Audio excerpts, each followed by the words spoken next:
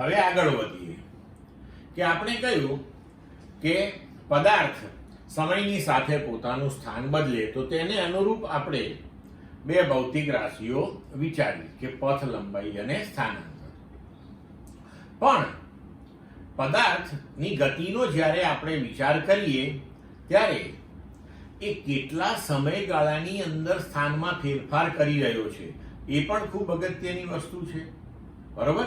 તો તેના માટે હવે આપણે સરેરાશ વેગ અને સરેરાશ ઝડપ એ બે રાશિઓનો વિચાર કરવો પડશે. તો કે સરેરાશ વેગ એટલે શું? કે સ્થાનમાં થતા ફેરફાર એટલે કે સ્થાનાંતર અને તેના માટે લાગતા સમયના ગુણોત્તરને સરેરાશ વેગ કહેવામાં આવે છે. તો સરેરાશ વેગની ઉપર આવી બારની નિશાની મૂકીને દર્શાવાય છે. સ્થાનાંતર એટલે કે x2 - x1 સ્થાનમાં ફેરફાર અપોન સમયગાળો એટલે કે t2 - t1 એટલે કે ડેલ્ટા x ભાગ્યા ડેલ્ટા t. તો અહીં આપણે જોઈ શકીએ કે સરેરાશ વેગનો એકમ મીટર પ્રતિ સેકન્ડ થશે. હવે સરેરાશ વેગ એ ધન, ઋણ કે શૂન્ય હોઈ શકે. કેમ? કારણ કે આપણે હમણાં ડિસ્કસ કર્યું કે સ્થાનાંતર તમારું જે છે ડેલ્ટા x એ ધન, ઋણ કે શૂન્ય હોય. સમય તો હંમેશા ધન હોવાનો, તો એ કેસમાં આપણો ગુણોત્તર પણ ધન, ઋણ કે શૂન્ય હોઈ શકે છે. સરેરાશ વેગ પણ સ્થાનાંતરની માફક સદિશ રાશિ છે, કારણ કે જ્યારે સરેરાશ વેગ ગણીએ છીએ ત્યારે આપણે દિશાનું ધ્યાન રાખવું પડે છે. અને સુરેખ માર્ગે જે ગતિ છે એમાં આપણે દિશા એક જ રીતે વિચારવાની કે કોઈ એક તરફની દિશા જે છે સુરેખ માર્ગે ને ધન લઈએ તો એનાથી વિરુદ્ધ દિશાને આપણે ઋણ ગણી લેવાની હંમેશા, બરોબર. હવે સરેરાશ ઝડપ.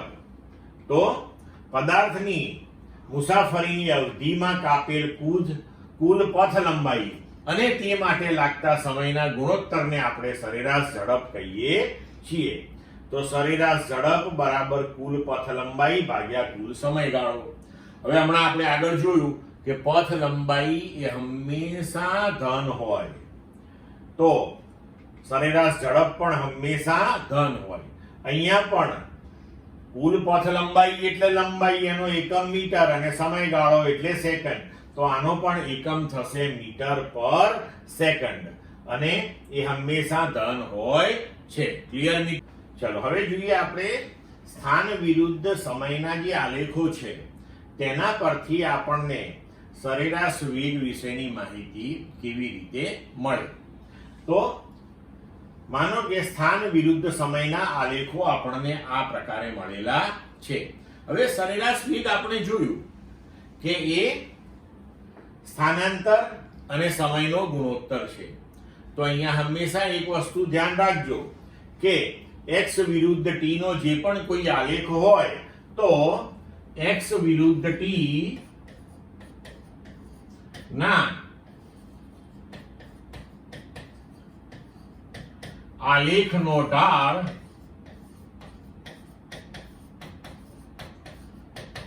સરેરાશ વેગ આપે છે. એટલે જો અહીં આપણે ધારો કે કોઈ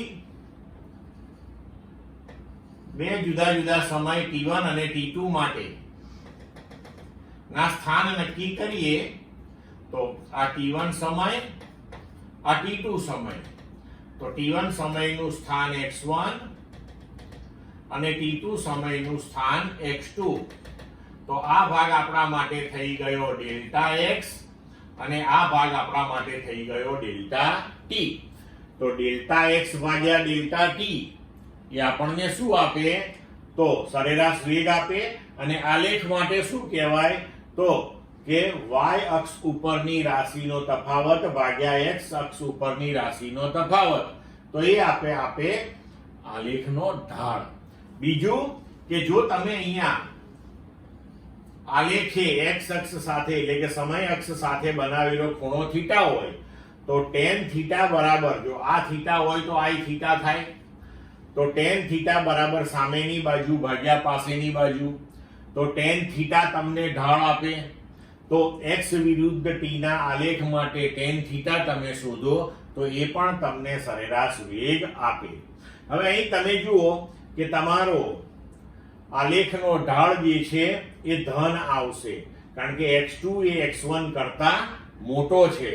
તો આકૃતિ એમાં સમયની સાથે પદાર્થનું સ્થાન વધે છે એટલે અંતિમ સ્થાન માઈનસ પ્રારંભિક સ્થાન ધન આવે તો સરેરાશ વેગ હંમેશા ધન આવે.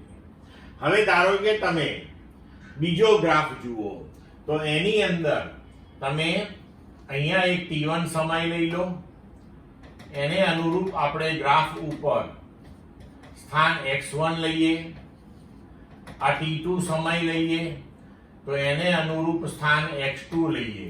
તો અહીંયા સમયની સાથે સ્થાન ઘટતું જાય છે એટલે કે અંતિમ સ્થાન માઈનસ પ્રારંભિક કરીશું તો ઋણ આવશે એટલે કે આ આલેખનો ઢાળ આપણને ઋણ મળશે. બરોબર? તો આકૃતિ બી માં સમય સાથે પદાર્થનું સ્થાન ઘટતું જાય છે તેથી સરેરાશ વેગ ઋણ મળે છે. ત્રીજો આલેખ જુઓ, તેમાં સમયની સાથે સ્થાન બદલાતું જ નથી. સ્થાન બદલાતું નથી મતલબ કે પદાર્થ ગતિમાં નથી. તેનો મતલબ એ થયો કે પદાર્થ સ્થિર છે અને તેનો સરેરાશ વેગ કેવો છે? શૂન્ય છે. ક્લિયર મિત્રો?